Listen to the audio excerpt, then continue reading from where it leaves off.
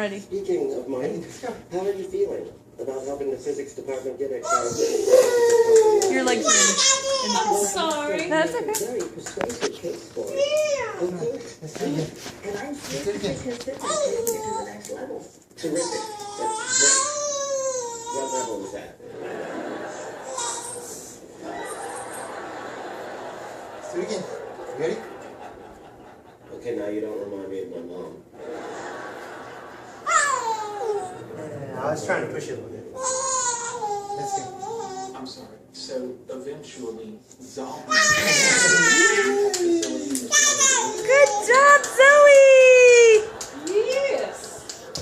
Big girl. Big girl.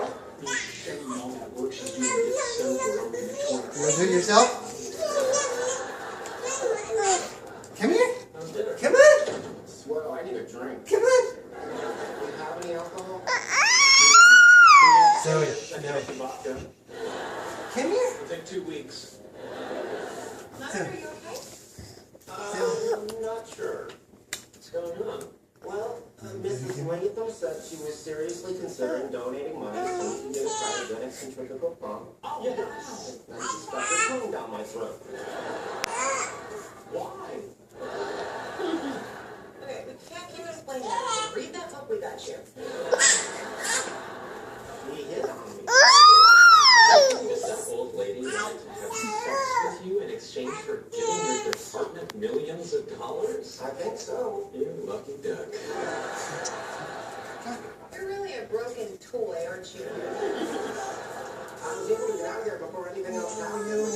Again tomorrow night. Excellent. What are you planning to do? Penny, you're an expert on finding sexual favors for material gain. Walk him through this. I'm not going to sleep with her. But we need a cryogenic centrifugal pump. Forget it. It's not going to happen.